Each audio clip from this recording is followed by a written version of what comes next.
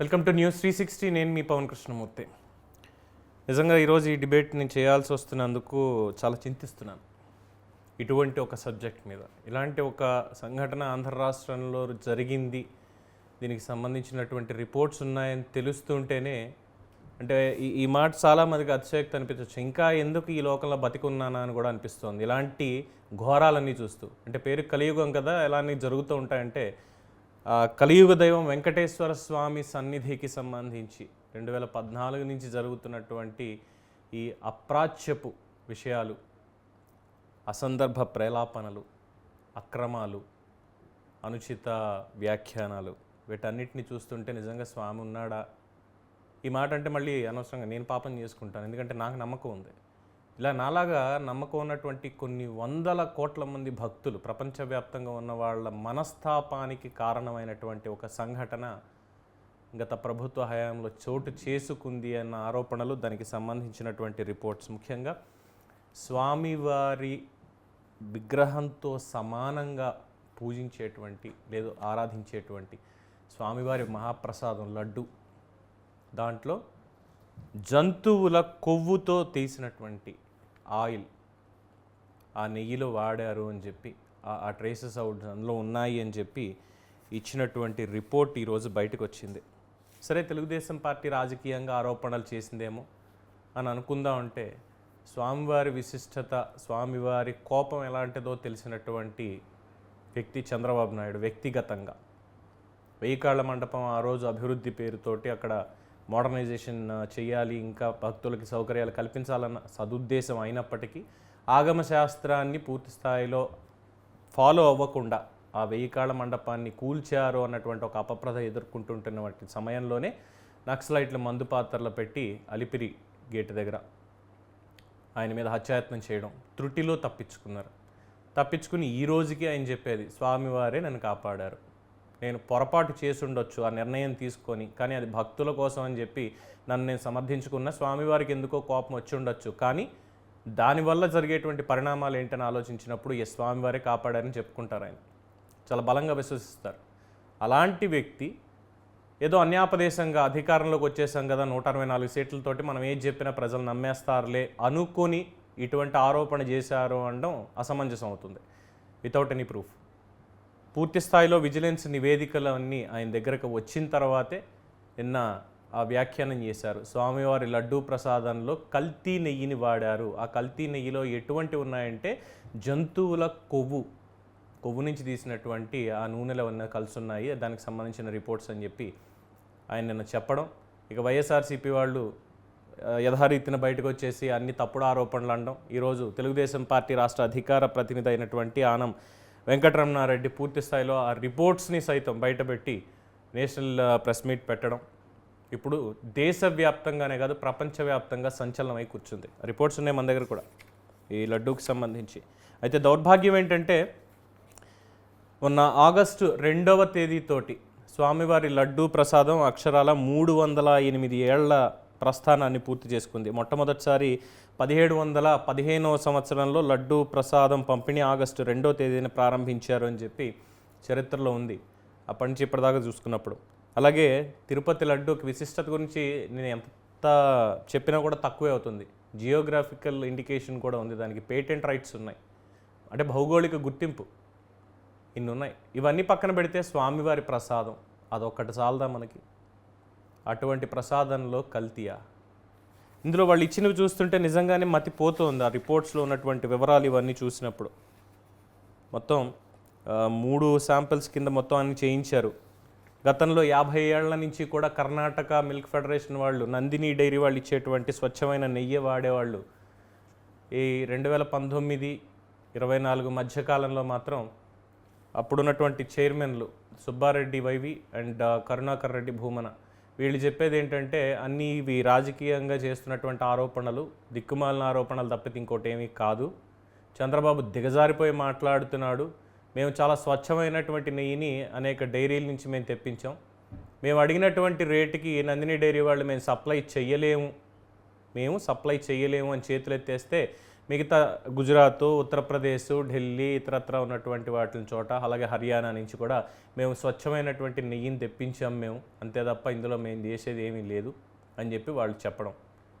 స్వామివారి పాదాల చెంత కుటుంబాలతో సైతం మేము ప్రమాణం చేయడానికి సిద్ధంగా ఉన్నామని చెప్పి వాళ్ళ కౌంటర్. సరే, కౌంటర్లు ఎన్కౌంటర్లు ఏదైనా కానీ ప్రస్తుతం భక్తుల మనోభావాలతోటి ముడిపడినటువంటి అంశం ఇది. చాలా కంప్లైంట్లు వచ్చాయి. 19-24 మధ్యలో భక్తులే కంప్లైంట్లు కూడా ఇచ్చారు. ఏంటంటే స్వామివారి లడ్డూ ప్రసాదం వాసన వస్తుంది, చెడిపోతోంది, లడ్డూలా ఉండడం లేదు, రుచి కూడా చాలా తేడాగా ఉంది అని ఎన్నో కంప్లైంట్లు. అన్నిటినీ బుట్టదాఖలు చేశారు. అబ్బెబ్బే అలాంటిది ఏమీ లేదు అని. బట్ అది వాస్తవం. ఎందుకు అనే దానికి ఒక చిన్న ఎగ్జాంపుల్ చెప్తా. స్వామివారి లడ్డూలు ఎక్కడ పడితే అక్కడ దొరకవు, కేవలం తిరుమలలో మాత్రమే దొరుకుతాయి. అక్కడే నిపుణులు చేస్తారు వాటిని. మొత్తం 908 మంది పోటు ఉద్యోగులు ఎవరైతే ఉన్నారో ప్రత్యేకంగా లడ్డూ చేయడానికి మాత్రమే వాళ్ళే శుచి శుభ్రతతోటి, నిష్ఠతోటి, మడితోటి చేస్తూ ఉంటారు. దీన్ని విజిలెన్స్ వాళ్ళు, టీటీడీ యాజమాన్యం అందరూ కూడా చెప్పడం జరిగింది మొన్న మధ్యన కూడా ఒకసారి. అక్కడికి తీసుకెళ్లేటువంటి ఆ ముడి పదార్థాలు, డ్రై ఫ్రూట్స్ కావచ్చు, జీడిపప్పు, కిస్మిస్లు ఇలాంటివి, అలాగే పచ్చ కర్పూరం, ఆ బూందీకి వాడేటువంటి పిండి, ఆ బూందీని వేయించడానికి చేసేటువంటి ఆ ఆయిల్ కావచ్చు, అన్ని ప్రతి ఒక్కటి కూడా అగ్మార్క్, ఫసాయి వాళ్ళు ధృవీకరించినటువంటి వాళ్ళు చేసేటువంటివి ఇవన్నీ కూడా. సో ఇన్ని అందులో ఉన్నాయి. సుబ్బారెడ్డి గారు చైర్మన్ అయిన తర్వాత ఉన్నటువంటి విషయం ఏంటంటే లడ్డూ ప్రసాదం ప్రతి ఒక్కరికి దొరకాలి, తిరుమలకి రావాల్సిన అవసరం లేదు, అందుకని ప్రతి స్వీట్ షాప్లో కూడా అవసరమైతే పెడతాం, ప్రతి చోట కూడా టీటీడీ కళ్యాణ మండపాలన్నింటిలో కూడా దీన్ని ఇక్కడి నుంచి సప్లై చేస్తాం, బయట అందరికి కూడా చిన్న లడ్డూల రూపంలో ఇచ్చేయచ్చు. అక్కడే అనుమానాలు వచ్చేది, అక్కడే వచ్చింది అసలు ముందు. స్వామివారి లడ్డు ప్రతి ఒక్కరికి దక్కాలి, తప్పు కాదు, ప్రసాదం అందరికీ దొరకాలి, దానికి కూడా ఒక అదృష్టం ఉండాలి. స్వామివారి దర్శనం ఎంతైతే వాల్యుబులో లడ్డూ ప్రసాదం కూడా అంతే. అది రాసిపెట్టి ఉండాలి. ఏదో రికమెండేషన్ లెటర్లతోటో అధికారం ఉంది కాబట్టి మేము వీఐపీలం కాబట్టి అనో వెళ్ళిపోతాం, మా ఇష్టం వచ్చినట్టు చేసుకుంటామంటే కుదరదు. ఎందుకంటే దానికి ప్రత్యక్ష ఉదాహరణ నేనే. మీడియాలో పనిచేస్తున్నప్పటికీ ఈ రోజుకి నేను దర్శనం చేసుకోవాలంటే నాకు దర్శనం దొరకలేదు. నేను అడిగితే లెటర్లు ఇచ్చేవాళ్ళు ఉన్నారు, రాజకీయ నాయకులు ఉన్నారు, కలెక్టర్లు ఉన్నారు. సార్ లెటర్ కావాలి, ఇలా వెళ్ళాలనుకుంటున్నాను అంటే ఇస్తారు. లేదు నేను ధర్మదర్శనం చేసుకుంటాను వెళ్ళి, కానీ పిలుపు రావాలి అక్కడి నుంచి. నేను నమ్ముతా, 100కి 1000% నమ్ముతాను అది. ఆయన పిలుపు లేకుండా అక్కడికి వెళ్ళలేమనేది ఎంతైతే వాస్తవమో, ఆయన అనుగ్రహం లేకుండా ఆయన ప్రసాదం కూడా ఎవరికి దొరకదు. కానీ దాన్ని అంగట్లో పెట్టి అమ్మేసే విధంగా గత పాలకులు నిర్ణయం తీసుకున్నారు. అదొక మైనస్ అని చెప్పచ్చు. అక్కడే ఈ అనుమానాలన్నీ వస్తున్నాయి. సో ఇప్పుడు దీంట్లోకి వచ్చినటువంటిది ఈ గుజరాత్ లాబొరేటరీస్ వాళ్ళు ఎవరైతే ఇచ్చారో డైరీకి సంబంధించినటువంటి వాళ్ళు టెస్ట్ చేసి అందులో ఉన్నటువంటివి సోయాబీను, సన్ఫ్లవరు, ఆలివ్ రేపేస్ట్, అలాగే వీట్ జాము, మ్యాగీ జాము, కాటన్ సీడు, ఫిష్ ఆయిల్, చేప నూనె ఎందుకు వచ్చింది నాకు అర్థం కాదు ఆ శాంపిల్లో. తర్వాత coconut and palm colonel fat, కొబ్బరి నూనెకి సంబంధించినటువంటి అది కొవ్వు ఉందని. అలాగే పామ్ ఆయిల్, బీఫ్ టాలో గొడ్డు మాంసంలో ఉండేటువంటి కొవ్వు, ఆ కొవ్వు ఎందుకు వచ్చింది. అలాగే లాడ్, జంతువుల కళేబరాల నుంచి వచ్చేటువంటి ఆయిల్, దాంట్లో ఉండేటువంటి కొవ్వు, ఇవన్నీ దేంట్లోకి వచ్చాయి. డిటెక్ట్ చేశారు, నిజంగానే డిటెక్ట్ చేశారు ఇవి. అలాగే టీటీడీ విజిలెన్స్ వాళ్ళు కావచ్చు, లేదంటే ఈ నేతిని వీళ్ళు చూసేటువంటి ఈ నాణ్యత ఇవన్నీ టెస్ట్ చేసేటువంటి వాళ్ళు కమిటీ ఏదైతే ఉంటుందో వాళ్ళు కావచ్చు, ఇప్పటికి చెప్పారు. చాలామందిని మేము బ్లాక్ లిస్ట్లో పెట్టాం, గతంలో ఇలాగ ఆరోపణలు వచ్చినప్పుడు మేము చెక్ చేసాం. ఉత్తరప్రదేశ్ నుంచి వచ్చింది కావచ్చు, లేదంటే హర్యానా నుంచి, ముఖ్యంగా తమిళనాడు నుంచి ఉన్నటువంటి ఒక కంపెనీ ప్రొవైడ్ చేసినటువంటి నేతి దాంట్లో కూడా ఇలా వస్తే మేము చేసామని. బట్ పూర్తి స్థాయిలో జరగలేదనేదే ఆరోపణ. దానికి చూసుకున్నట్లయితే వచ్చినటువంటి కంప్లైంట్స్ స్వామివారి ప్రసాదం క్వాలిటీ ఉండట్లేదు అని. కూటమి ప్రభుత్వం ఏర్పడిన తొలినాళ్లలో కూడా చాలామంది ఇదే అంశాన్ని రైజ్ చేస్తే టీటీడీ అధికారం మొత్తం అక్కడ మార్పు చెందడం, కూటమి ప్రభుత్వం అక్కడ ఉన్న వాళ్ళని మార్చడం, ఈవో ధర్మారెడ్డిని కావచ్చు, మిగతా వాళ్ళని, అలాగే కరుణాకర్ రెడ్డి రాజీనామా, ఇలా అన్నీ అయిన తర్వాత అక్కడ ఉన్నటువంటి అధికారులు పూర్తి స్థాయిలో దాని మీద ఒక నివేదిక ఇవ్వడం, ఆ తర్వాత మళ్ళీ కర్ణాటక మిల్క్ ఫెడరేషన్ తోటి ప్రస్తుత కూటమి ప్రభుత్వం మాట్లాడి, టీటీడీ అధికారులు మాట్లాడి అయ్యా మీరు సరఫరా చేయండి, గత 50 సంవత్సరాల నుంచి ఏదైతే సాంప్రదాయంగా మీరు చేస్తున్నారో స్వచ్ఛమైన నెయ్యిని అదే చేయండి. ఇక్కడ బార్గెనింగ్ అంటే ఏమీ మిమ్మల్ని చిల్లరకి మేమేం మాట్లాడం, మాకు ఇంతకి తక్కువకి ఇవ్వండి ఇది అని చెప్పి మేము చేసేదేం లేదు స్వామివారికి అని చెప్పి చెప్తున్నారు. కిలో 1000 రూపాయల పైన ఉంటుంది స్వచ్ఛమైనటువంటిది, దాన్ని 320 రూపాయలకి ఇవ్వండి, 250 రూపాయలకి ఇవ్వండి అని బార్గెన్ చేస్తే ఎక్కడి నుంచి మేము మాత్రం తెచ్చిస్తామండి, మేము వ్యాపారం చేస్తున్నాం మేము కూడా, అలా అని చెప్పి పూర్తి నష్టానికైతే కాదు కదా స్వామివారి పేరు చెప్పి అని చెప్పి వాళ్ళు కూడా చెప్పారు. మినిమల్ అనేది ఉండాలని. సో ఇప్పుడు వాళ్ళే మళ్ళీ సప్లై చేస్తూ వస్తున్నారు, మిగతా వాళ్ళందరినీ పక్కన పెట్టేసి. దాదాపు 15,000 కిలోల నెయ్యి అవసరం అవుతుంది. ఇప్పటికి 3.5 లక్షల లడ్డూలు తయారు చేస్తున్నారు తిరుమలలో, అంత డిమాండ్ ఉంటుంది. సో దీంట్లో ఇవన్నీ సరే. దీనికి వైఎస్ఆర్సీపీ వాళ్ళు సుబ్బారెడ్డి అలాగే కరుణాకర్ రెడ్డి వాళ్ళు ప్రమాణం చేస్తూ ఉన్నారు కాబట్టి వాళ్ళని శంకించాల్సిన అవసరం ఉందా అంటే ఉంది, లేదు అంటే లేదు. ఎందుకంటే పూర్తిస్థాయి నివేదికలు ఇంకా ఒక్కొక్కటి బయటికి రావాలి కాబట్టి. అయితే ఇది బలంగా నమ్మడానికి గల కారణం, ఎందుకు ఈ అనుమానాలు వస్తున్నాయి, వీళ్ళు ఎందుకు గుమ్మడికాయల దొంగ అంటే భుజాలు తడువుకుంటున్నారు అంటే 2014 నుంచి కూడా జరిగినటువంటి సంఘటనల్ని మళ్ళీ ఒకసారి మనం పునరావృతం చేసుకోవాలి.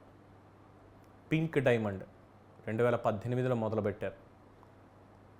రమణ దీక్షితులు స్వామివారి ప్రధాన అర్చకుడు, ఆ పదవికే కళంకం, నిజం చెప్తున్నాయి మాట, ఆ పదవికే కళంకం ఆ వ్యాఖ్యలు చేసి. పింక్ డైమండ్ కానీ అలాగే వకుడుమాత పోటు స్వామివారి పోటు నగలు కానీ నేలమాళిగలో తవ్వేశారు. మా పూర్వీకులు చెప్పేవాళ్ళు అక్కడ నేలమాళిగ ఉండేదని. అక్కడ అన్ని సీసీ కెమెరాలు, సెక్యూరిటీ ఇవన్నీ లేకుండా అక్కడ తవ్వుకుంటూ వెళ్ళిపోయారట ఆయన చేసినటువంటి ఆరోపణలు. ఆ రోజు ప్రభుత్వం కూలిపోవడానికి ప్రధాన కారణం అదే అయింది.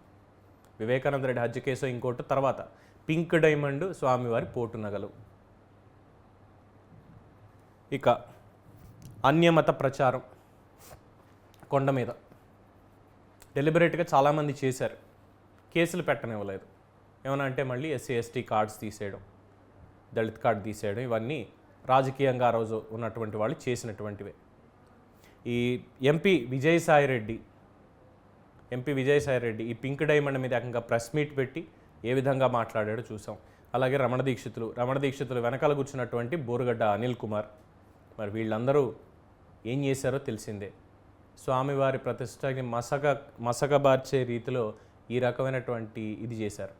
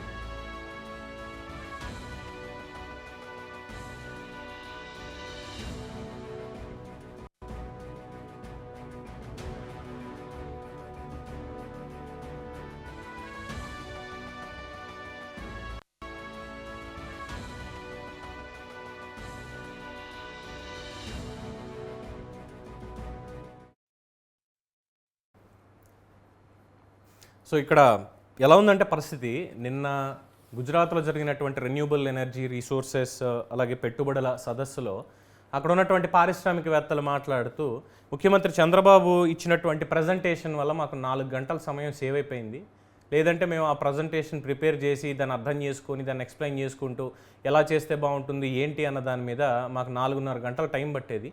4 గంటల సమయాన్ని ముఖ్యమంత్రి మా కోసం సేవ్ చేశారు. ఈ హాఫ్ అన్ అవర్లోనే మాకు ఇంత నాలెడ్జ్ ఆయన ట్రాన్స్ఫర్ చేయగలిగారు.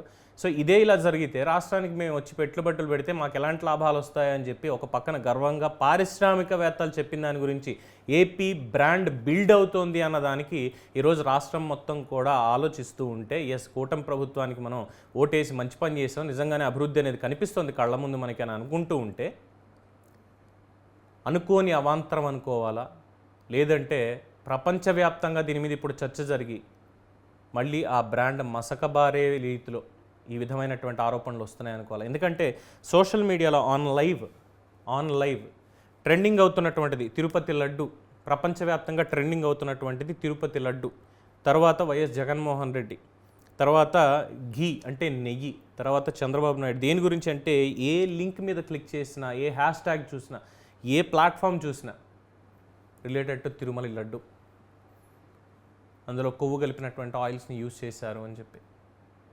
ఎంత మైనస్ పాయింట్ అండి అది. దీని మీద ఇప్పుడు చర్చ జరగాల్సింది దేశవ్యాప్తంగా, రాష్ట్ర వ్యాప్తంగా అభివృద్ధి మీద కదా జరగాల్సింది. ముందు ఇంకెలా మనం ప్రయాణం చేయాలనే దాని మీద కదా. ఎందుకు తిరుమల తిరుపతి దేవస్థానంలోనే అసలు ఎందుకు ఇలాంటివన్నీ?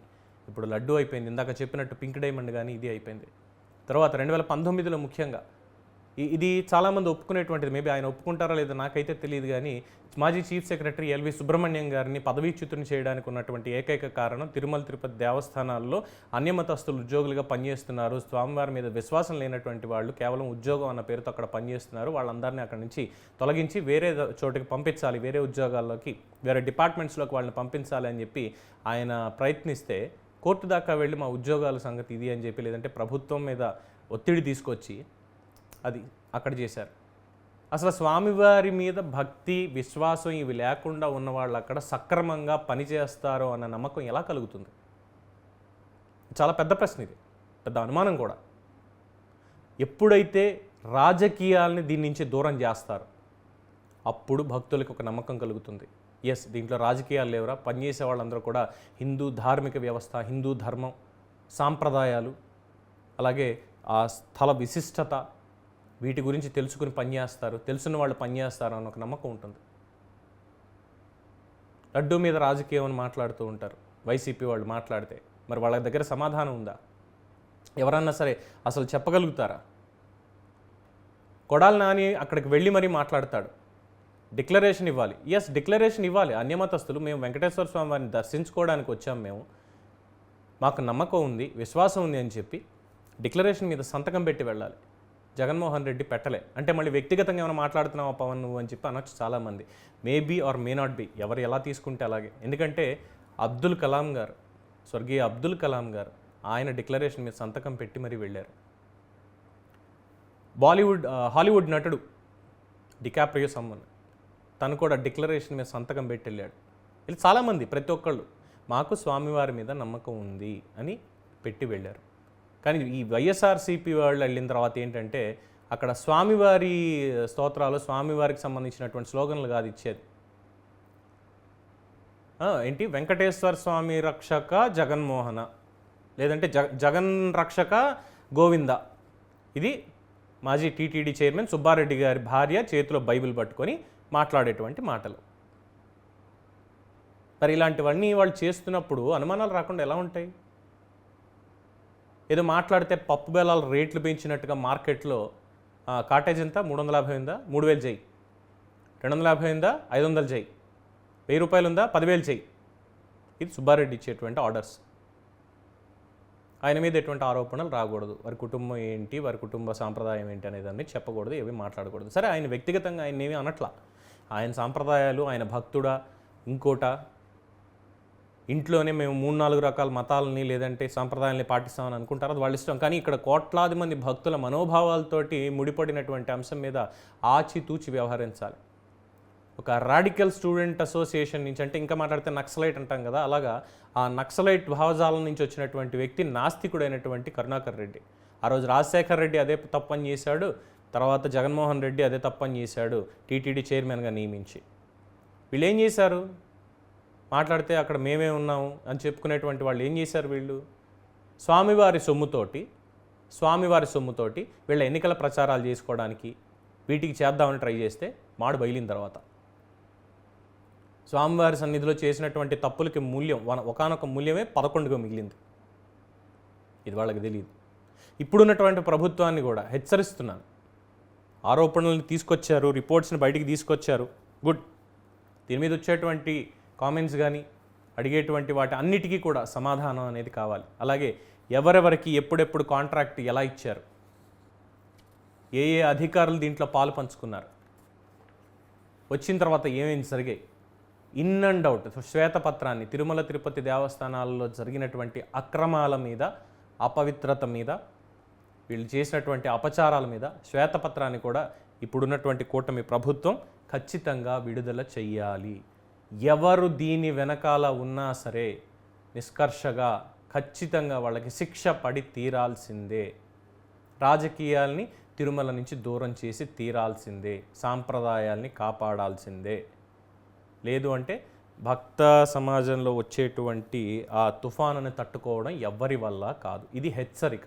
సూచనలు సలహాలు ఇచ్చే స్టేజ్ దాటిపోయింది. అనుభవించున్నాం ఇప్పటి వరకు కూడా. పోన్లే స్వామివారు చూసుకుంటారులే అని. ఇప్పుడున్నటువంటి ఈ పరిస్థితి చూస్తుంటే ఆయన్ని చూసుకోవడానికి ఆయనకి దిక్కుందో లేదో తెలియట్లా. ఆయన ఏమనుకుంటాడో స్వామి నాకైతే తెలియదు, కానీ నేనైతే ఇలాగే అనుకుంటున్నాను. నేను వ్యక్తిగతంగా మాట్లాడుతున్నాను, వ్యక్తిగత అభిప్రాయాన్ని చెప్తున్నాను అని అనుకుంటే ఎస్, డెఫినెట్గా ఒక భక్తుడిగా నా అభిప్రాయాన్ని కూడా నేను చెప్తున్నాను. యాజ్ అ జర్నలిస్ట్గా ఉన్నటువంటి వార్తను కూడా ప్రజెంట్ చేస్తున్నాను. లడ్డూల్లో కల్తీ, అన్నప్రసాదాలని ఎత్తేసారు 5 ఏళ్ల పాటు. క్యూ లైన్లలో పాలు, పిల్లలకి ఇచ్చేటువంటి పాలు ఇవ్వలేదు. మంచినీళ్ళు ఇచ్చేటువంటి దౌర్భాగ్యం అది కూడా లేదు. ఆఖరికి మన వేసవి కాలంలో కనీసం ఫ్లోర్ వైట్ పెయింట్ వేస్తారు, కూలెంట్ పెయింట్, అది కూడా వేయలేదు. భక్తులు కాళ్ళు మండి ఎంత ఇబ్బంది పడ్డారో చూసాం. అలాగే స్వామివారి బ్రహ్మోత్సవాలకు జరిగేటువంటి ఈ డెకరేషన్స్ ఏవైతే ఉన్నాయో, ఈ డెకరేషన్స్లో కూడా మళ్ళీ అన్యమతానికి సంబంధించినటువంటి సింబల్స్ అందులో కనిపించేలాగా ఇది చేయడం. అఫ్కోర్స్ సోషల్ మీడియా ఎవల్యూషన్తో కొన్ని పొరపాట్లు నిజంగానే జరిగాయి. తప్పుడు ప్రచారాలు కొంతమంది చేశారు, దానికి శిక్ష కూడా అనుభవించారు. 7 కొండల మీద యేసు మందిరాలు అని చెప్పి ఇంకోటని చేసిన వాళ్ళు నిజంగానే శిక్ష అనుభవించారు, అయ్యింది అక్కడికి. కానీ ఇగో ఇలాంటి వాటికి ఎందుకు శిక్ష పడట్లేదు? టీటీడీ విజిలెన్స్ వాళ్ళు ఏం చేస్తున్నారు? కొండ మీద జరుగుతున్నటువంటివి అనేక అకృత్యాలు అనేకం ఉన్నాయి. మరి వాటిని ఏమనుకోవాలి? ఎవరన్నా చెప్తారా? ఎవరన్నా అసలు మాట్లాడగలుగుతారా? షర్మిల గారు అంటారు, చంద్రబాబు గారు ఇవి నిరాధార ఆరోపణలు చేస్తే మాత్రం ఊరుకునేది లేదు, తిరుమలని అపవిత్రం చేస్తూ హిందువుల మనోభావాలు దెబ్బతీసేలాగా తెలుగుదేశం వైఎస్ఆర్సీపీ నీచి రాజకీయాలు చేయడం సరికాదు. ఒకవేళ నిజంగానే జరిగింది అంటే ఇమ్మీడియట్గా దీని మీద ఎవరెవరు ఏం చేశారు నిజంగానే దాని మీద ఒక కమిటీ వేయండి, ఒక ఎంక్వైరీ వేయండి, ఎంక్వైరీ వేసి దానికి సంబంధించినటువంటి శిక్ష వాళ్ళకి పడేలా చెయ్యండి అని చెప్పి షర్మిల చెప్పారు.